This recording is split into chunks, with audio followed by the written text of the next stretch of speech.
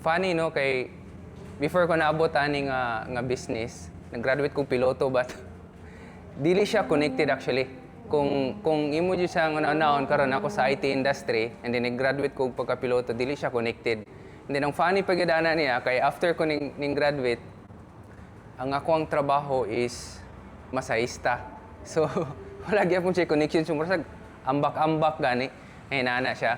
But nagsugod siya after ning trabaho ko og I think 1 year and a half no as a masahista din na think na ako ba nga murag kinanglan ko mo transfer og lain nga field gani. So mo to nag-eskwela ko og TISDA and then from there mga I think around 2006 naimo kong technician and then sa network sa server until karon nga naa na ko ani nga industry no. So challenging sa at first kay dili ako ang dili ako ang field you know. Wala na ako sa eskwelahe usa ka upat ka tuig but grabe madugo jud self-taught jud siya. And then ato nga time wala pag Google. Wala YouTube nga makapangutana gani ka. So grabe jud siya ka challenge sa nana. Ang source lang nako ato sa una kay like National Bookstore, mulingkod and then you know i-open nimo ang libro, isulat nimo sa notebook inana gani. Grabe gid siya ka manual. Kung ikumpara nimo karon nga dali na gani, labi na AI, di ba? So karon to make it short, from traditional, from katong manual hantod karon kuan siya challenging siya but karon nowadays nga AI na mas dali na nga part sa karon labi na sa mga negosyante, di ba? So kana siya diha na nagsugod no. Diha na nagsugod ang kung unsa ko before og sa ako ang negosyo karon.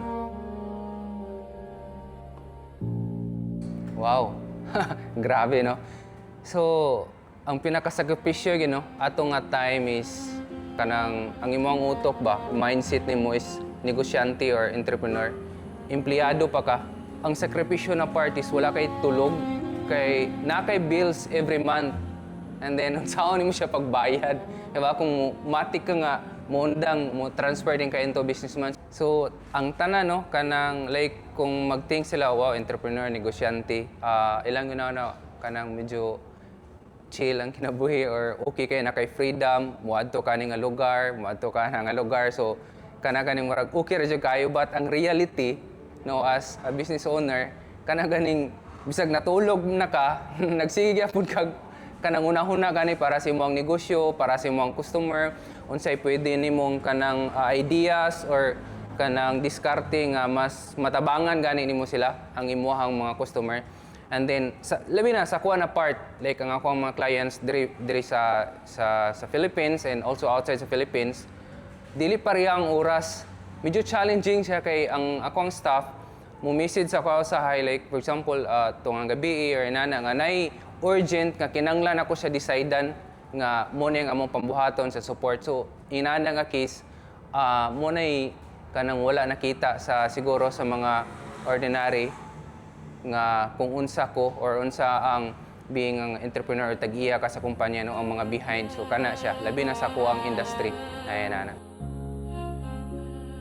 Katong nga time no maybe around 10 years ago kagibapon ko nga murag nakating ko nga siguro muundang na lang ko sa negosyo. Magtrabaho na lang ko. Mo time in ko 8. Time out ko 5 and then good na. Murag ginana gani kay pag health na gani murag willing ka nga i-give up nimo ba nga murag akapuya na murag gusto na ko mantrabaho na lang siguro ko. Murag ginana gani. But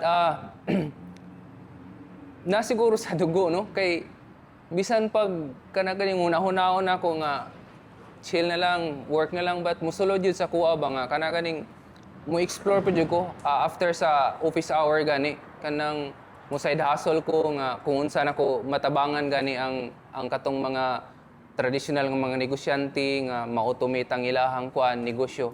Kana siguro na siya sa murag na siya sa dugo. 10 years ago no of mo going back ta siguro sa health na part as overall siguro maingon gihapon ko mo advice ko sa akong kagalingon nga padayon lang kung unsay may tabo, whatever trials no, nga may encounter nimo bago pa kakasugod, dili pigyud ka kanang dako nga company or imo tanan, kumbaga ikaw mo himog quotation, ikaw mo design sa structure, sa database, ikaw may mulatag sa imuhang mga staff, di ba? Ikaw may mahimong HR, ikaw may mahimong finance. So, imo tanan, grabe ka exhausted. But, pasalamat ko no kay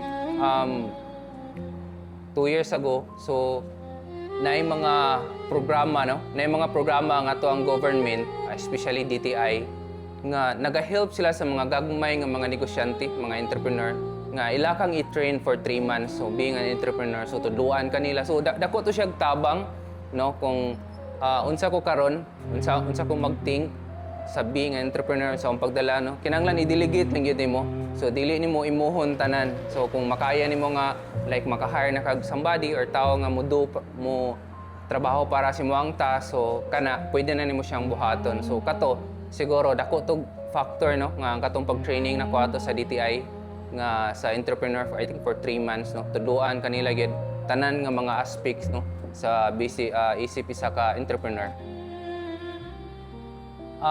Siguro ang pinakasayon, no, nga pamaagi sa para may balanso sa katao or sa kanegosyante nga kung unsa gyud ang ako ang negosyo is kung unsa ang process niya manually, pwede na ko siya ma-automate, no? Pwede na ko siya ma-automate. Taganti kay example, like nakoy kliyente, as in grabe gid sila ka traditional, as in mano-mano nga ang ilang negosyo is parking, no? In and out sa kuan, in and out sa kanang sakyanan. So mano-mano gyud, no? Kada sulod lista, gawas, lista. So ang problema ato nila makawatan sila, no? Dili makita sa tag-iya ang real time kung pila ang iyang halin, inana gani. So muna ang usa sa mga challenges sa tag-iya. So kana sa inana nga paagi, mapasabot na ko sa iyaha kung sa manual niya nga negosyo, matabangan ako siya nga ma-automate ang iyahang negosyo. Mapadali, masolbad na ko ang problema niya sa masakawat, and then gusto niya makita in real time kung pila ang iyang halin, no? Sales niya per day, per week, and per month. For me, no, siguro kay naamang ko sa industry nga services, no, para na ko ma-proud ko kung kanaganing ang negosyo sa usa ka negosyante is grabe ka manual. Dayon ako siyang istadihan ang process sa iyang business.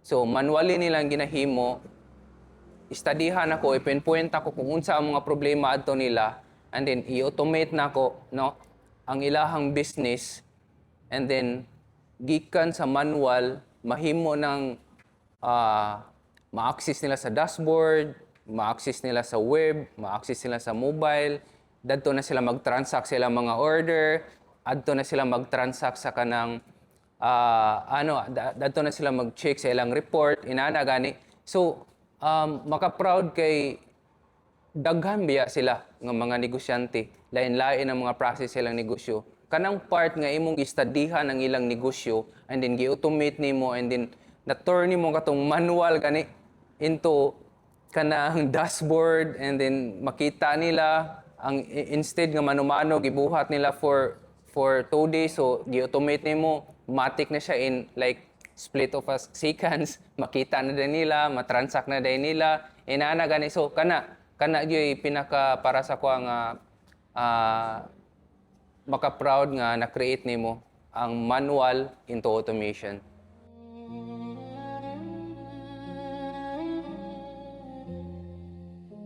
Siguro no sa katong mga nangandoy no nga mahimo sang usa ka negosyante, kuan lang gyud kung unsa to ang kanang master gani ka, ga-specialize ka, let's say kuan ka may ka mugupit, di ba?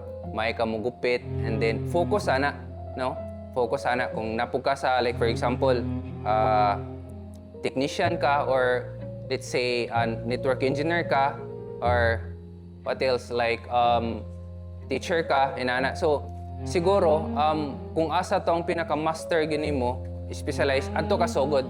Then from there expand na lang ka. Kana siguro. And then ayaw lang yung undang. Padayon lang kay 1 year, 2 years. So na yung mga for sure na yung mga challenges nga di na tumalikay no. Anyang kanang challenges nga atong matagbo, magian mo na yung magpahatag na tog strength no nga maligon ta ba nga ma-wise pag kita sa tuang mga desisyon sa tuang mga pangunahon na kung unsaon na to pag-decide kana siya.